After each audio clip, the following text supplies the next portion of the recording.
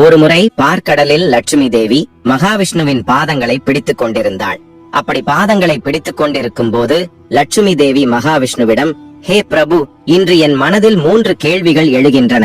இந்த கேள்விகளுக்கு பதிலளித்து என்னை நீங்கள் திருப்திப்படுத்தினால் என் மனம் மிகவும் அமைதியடையும் என்று சொன்னாள். அப்போது மகாவிஷ்ணு, தேவி, உன் கேள்விகள் எதுவாக இருந்தாலும் தயங்காமல் கேள். உன் சந்தேகத்தை நான் நிச்சயமாக தீர்த்து வைப்பேன் என்றார். அப்போது லட்சுமி தேவி, ஹே பிரபு, எந்த பெண்ணுக்கு பிள்ளை பேறு இல்லாமல் போகிறது? 2வது கேள்வி, எந்த பெண் நேரத்துக்கு முன்பே விதவையாகிறாள்? என் 3வது கேள்வி, எந்த அலங்காரம் செய்து கொண்டால் ஒரு பெண்ணுக்கு சொர்க்கத்தில் இடம் கிடைக்கும் என்று கேட்டாள்.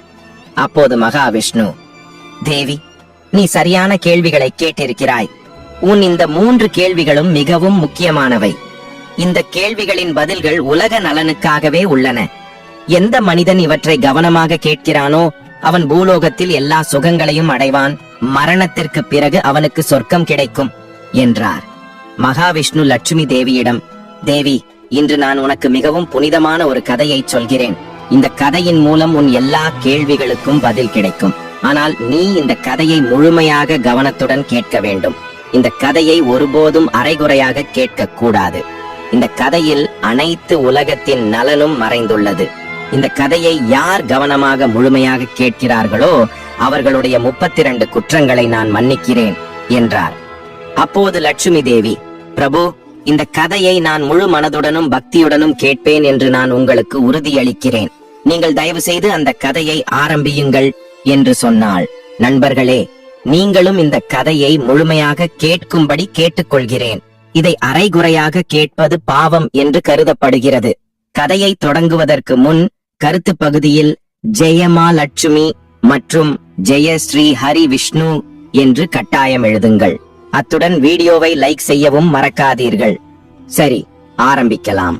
மகாவிஷ்ணு கூறுகிறார், தேவி, ஒரு காலத்தில் மத்திய தேசத்தில் ஒரு சிறிய நகரம் இருந்தது. அந்த நகரத்தில் ஒரு செல்வந்தர் வசித்து வந்தார். அந்த செல்வந்தருக்கு 2 மகன்கள் இருந்தனர். செல்வந்தரின் 2 மகன்களுக்கும் திருமணமாகிவிட்டது. செல்வந்தரின் வீட்டில் எந்த பொருளுக்கும் குறைவில்லை. ஆனால் செல்வந்தரின் மனைவியின் குணம் மிகவும் கெட்டதாக இருந்தது. செல்வந்தரின் மனைவியும் செல்வந்தரின் மூத்த மகனின் மனைவியும் இருவருமே கெட்ட குணமுடையவர்களாக இருந்தனர். செல்வந்தரின் மனைவி தன் மூத்த மருமகளை மிகவும் பாசமாக கவனித்துக் கொண்டாள். ஆனால் இளைய மகனின் தன் இளைய மனைவியுடன் மோசமாக நடந்து கொண்டார். வீட்டின் இளைய மருமகள், அதாவது இளைய மகனின் மனைவி, மிகவும் நல்ல குணமுடையவள், கடவுள் பக்தி கொண்டவள், பதிவிரதை. அவள் ஒருத்தியே வீட்டின் எல்லா வேலைகளையும் செய்தாள். வீட்டு வேலைகளில் திறமையானவள். இவ்வளவு நல்ல குணமுடையவளாக இருந்தும் அவளுடைய மாமியார் அவளுடன் மோசமாக நடந்து கொண்டார். எப்போதும் அவளை அவமானப்படுத்தினார். இதற்கு காரணம், மூத்த மருமகளுக்கு ஒரு மகன் இருந்தான். இளைய மருமகளோ ஒரு பெண் குழந்தையை பெற்றெடுத்தாள் என்பதுதான். பெண் குழந்தையை பெற்றெடுத்ததால் செல்வந்தரின் மனைவி தன் இளைய மருமகளை அடிக்கடி ஏசினாள். ஆனால் அந்த ஏழை என்ன செய்ய முடியும்? தலைவிதியில் எழுதப்பட்டதே நடக்கும். மகாவிஷ்ணு கூறுகிறார், தேவி, இப்போது நான் உனக்கு இளைய மருமகளின் கதையை சொல்கிறேன். இதன் மூலம் எந்த பெண்ணுக்கு பிள்ளை பேறு இல்லை என்ற உன் முதல் கேள்விக்கு பதில் கிடைக்கும். தேவி, அந்த செல்வந்தரின் மனைவி ஏற்கனவே கெட்ட குணமுடையவளாகவும் சூழ்ச்சிக்காரியாகவும் இருந்தாள். அவளால் அவளுடைய மாமியாரும் கஷ்டப்பட்டாள். செல்வந்தரின் மனைவி தன் இளைய மருமகளைத்தான் அதிகமாக துன்புறுத்தினாள். இளைய மருமகளின் பெயர் சுகன்யா. சுகன்யாவை துன்புறுத்துவதில் அவளுடைய மாமியாருக்கு மிகுந்த ஆனந்தம். ஏழை சுகன்யா தினமும் அதிகாலையில் பிரம்ம முகூர்த்தத்தில் எழுந்து தன் வீட்டு வேலைகளை செய்வாள். நாள் முழுவதும் வேலை செய்த பிறகு இரவில்தான் தூங்கச் செல்வாள். இவ்வளவு இருந்தும் செல்வந்தரின் மனைவி தன் இளைய மருமகளை வெறுத்தாள்.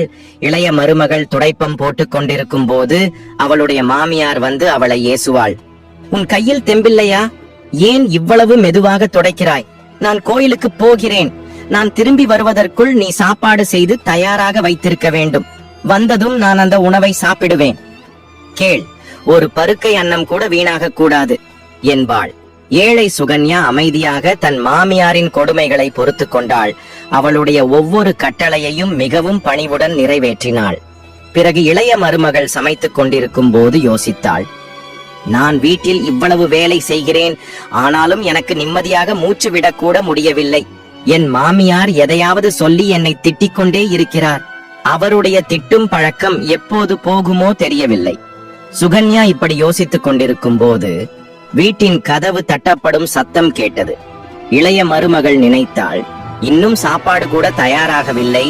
என் மாமியார் இன்று சீக்கிரமே திரும்பி வந்து விட்டாரோ, இப்போது மறுபடியும் திட்டுவாரே. அப்போது சுகன்யா கதவை திறந்தாள். வாசலில் ஒரு சந்நியாசி நிற்பதை அவள் கண்டாள். அந்த சந்நியாசி சுகன்யாவிடம், மகளே, நீ என்றும் சுமங்கலியாக இரு. இந்த சந்நியாசிக்கு கொஞ்சம் உணவு தானம் செய். மகளே, எனக்கு மிகவும் பசிக்கிறது என்றார். அப்போது சுகன்யா நினைத்தாள், நான் இந்த சந்நியாசிக்கு உணவு கொடுத்தால் அதற்குள் என் மாமியார் வந்து விட்டால் எனக்கு அவ்வளவுதான். சிறிது நேரம் யோசித்த பிறகு சுகன்யா நினைத்தாள், நான் மாமியாரின் திட்டுக்கு பயந்து இந்த சந்நியாசிக்கு உணவு கொடுக்காமல் போனால். உடனே அந்த சந்நியாசியை வீட்டுக்குள் அழைத்தாள். விருந்தோம்பல் தர்மத்தை கடைபிடித்து சுகன்யா அந்த சந்நியாசிக்கு உணவு பரிமாறத் தொடங்கினாள். அதற்குள் அவளுடைய மாமியார் வீட்டிற்கு வந்து விட்டார். அந்த சந்நியாசி வீட்டுக்குள் உட்கார்ந்து சாப்பிடுவதை பார்த்ததும் அவளுக்கு மிகவும் கோபம் வந்தது. அவள் கத்தியபடி சுகன்யாவிடம், இங்கே என்ன அன்னதானமா, விருந்தா நடக்கிறது? போற போக்குல வர்ற பிச்சைக்காரங்களை எல்லாம் வீட்டுல உட்கார வச்சு சோறு போடுறியா என்று கேட்டாள். சுகன்யா தன் மாமியாரிடம் மிகவும் பணிவாக வேண்டினாள். ஆனால் சுகன்யாவின் மாமியார் மருமகளின் பேச்சை கேட்கவில்லை. அந்த சந்நியாசியை வீட்டை விட்டு வெளியே தள்ளினாள். அவர் சாப்பிட்ட உணவை எடுத்து குப்பையில் போட்டாள். பிறகு அந்த மாமியார் சுகன்யா மீது கோபப்பட்டாள். ஏ கெட்டவளே, ஒரு பருக்கை அன்னம் கூட வீணாக கூடாதுன்னு நான் சொன்னேனே, நீ என்ன பண்ணின? அந்த பிச்சைக்காரனுக்கு இவ்வளவு நிறைய சாப்பாடு கொடுத்திருக்கியே என்று திட்டினாள். சுகன்யா பயந்து நடுங்கியபடி, மாமியார், நான் என் பங்கு உணவைத்தான் சந்நியாசிக்கு கொடுத்தேன். இதுல இவ்வளவு கோபப்பட என்ன இருக்கு? வாசல்ல வந்த விருந்தாளிகளை வெறுங்கையோடு அனுப்ப கூடாதுன்னு சாஸ்திரம் சொல்லுது என்றாள். பிறகு சுகன்யாவின் மாமியார் அவளை மிகவும் திட்டினாள். இருவருக்கும் நீண்ட நேரம் வாக்குவாதம் நடந்தது. கோபத்தில் இருந்த சுகன்யாவின் துஷ்ட மாமியார் அவளை தள்ளி வீட்டை விட்டு வெளியேற்றி கதவை சாத்திவிட்டாள். சுகன்யா நீண்ட நேரம் வீட்டின் வாசலில் நின்று தன் மாமியாரை அழைத்தாள். சுகன்யாவின் மாமியார் அவள் பேச்சை கேட்கவில்லை. அவளை வீட்டுக்குள் விடவும் இல்லை. பிறகு சுகன்யா சோகமாகவும் வருத்தமாகவும் தன் தாய் வீட்டிற்கு புறப்பட்டாள். தாய் வீட்டிற்கு போகும் வழியில் ஒரு பெரிய காடு இருந்தது. சுகன்யா பசியோடும் தாகத்தோடும் அந்த காட்டுப்பாதையில் நடந்து போனாள். அப்போது திடீரென்று பலத்த இடி முழக்கத்துடன் பலத்த மழை பெய்யத் தொடங்கியது. மழையிலிருந்து தப்பிக்க சுகன்யா ஒரு மரத்தின் அடியில் போய் நின்றாள். அங்கே சுகன்யா மரத்தின் அடியில் ஒரு பொந்து இருப்பதை பார்த்தாள். உடனே தாமதிக்காமல் வேகமாக அந்த பொந்துக்குள் நுழைந்தாள். பொந்துக்குள் போன பிறகு சுகன்யா உள்ளே சில சந்நியாசிகள் அமர்ந்திருப்பதை பார்த்தாள்.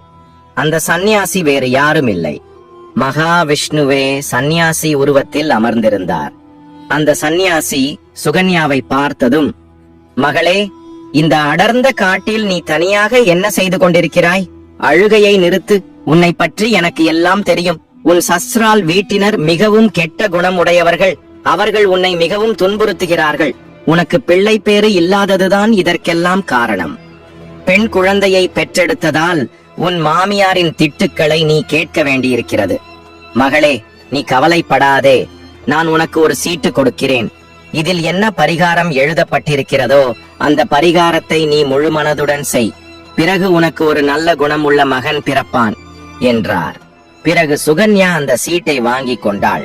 அந்த சந்நியாசி திடீரென்று அங்கிருந்து மறைந்து விட்டார். இந்த அதிசயத்தை பார்த்து சுகன்யா மிகவும் சந்தோஷப்பட்டாள்.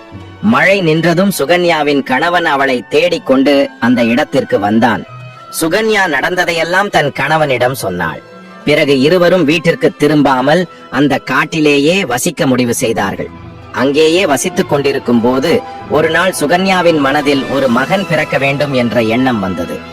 எனக்கும் ஒரு மகன் பிறந்திருந்தால் இன்று சசுரால வீட்டில் எனக்கு எவ்வளவு மரியாதை கிடைத்திருக்கும் என்று அவள் மனதிற்குள் யோசித்தாள். அப்போது சுகன்யாவுக்கு அந்த சந்நியாசி கொடுத்த சீட்டு ஞாபகம் வந்தது. பிறகு அவள் அந்த சீட்டை திறந்து படித்த போது, மகன் வேண்டுமென்று விரும்பும் பெண் இரவில் தன் கணவனின் இடது பக்கமாக படுக்க வேண்டும் என்று அதில் எழுதப்பட்டிருந்தது. இப்படி செய்வதால் சிறிது நேரத்தில் இடது பக்கமாக படுப்பதால் வலது நாசியும், வலது பக்கமாக படுப்பதால் இடது நாசியும் சுவாசிக்க தொடங்கும் பிறகு மகன் வேண்டும் என்ற விருப்பம் இருக்கும்போது அந்த நிலையில் உடலுறவு கொள்வதற்கு முன் ஆணின் வலது நாசி சுவாசிக்கிறதா என்றும் பெண்ணின் இடது நாசி சுவாசிக்கிறதா என்றும் உறுதிப்படுத்திக் கொள்ள வேண்டும். அந்த சமயத்தில் கருத்தரித்தால் நிச்சயமாக மகன் பிறப்பான். இதற்கு மாறாக நாசியின் சுவாசம் இருந்தால் பெண் குழந்தை பிறக்கும்.